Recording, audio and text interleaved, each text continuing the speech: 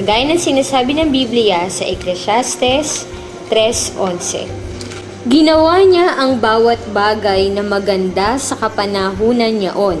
Inilagay rin niya ang sanglibutan sa kanilang puso, na anupat hindi matalos ng tao ang gawa na ginawa ng Diyos mula sa pasimula hanggang sa wakas. Ginawa niya sa kagandahan ng bawat bagay. Di po ba ate, na may nakasulat din po sa Biblia na habang ginagawa itong mundo may mga umaawit na anghel? Opo. Di ba sabi niyo po, arts din ang music? Tama. Mabuti ay basahin natin ang Job 38:4 hanggang 7. Saan ka nandoon nang ilagay ko ang mga patibayan ng lupa?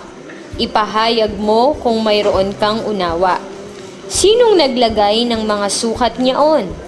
Kung iyong nalalaman? O sinong nagunat ng panukat diyan? Sa ano nalagay ang kanyang mga patibayan? O sinong naglagay ng batong panulok niyaon? Nang magsiawit na magkakasama ang mga bituin pang umaga, at ang lahat ng mga anak ng Diyos ay naghihiyawan sa kagalakan. May arts na po nung ginagawa pa lang ang mundo.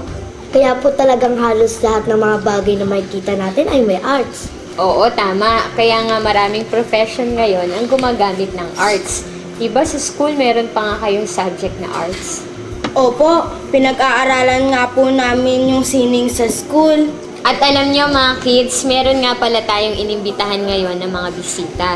Talaga po? Sino po yun, ate? Sila yung mga tao na naging parte na ng buhay nila ang arts. Kumbaga, profession nila ang arts. Talaga po? Wow, marami po akong itatanong. O sige, mamaya yan pagbalik natin. Kaya mga kids, tutok lang marami kayong matututunan sa aming pagbabalik.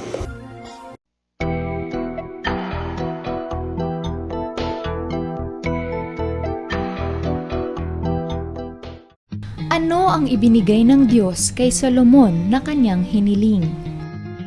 A. Kayamanan. B. Karangalan. O C. Katalinuhan. Abangan mamaya ang kasagutan sa pagbabalik ng KNC Show. Tutok lang!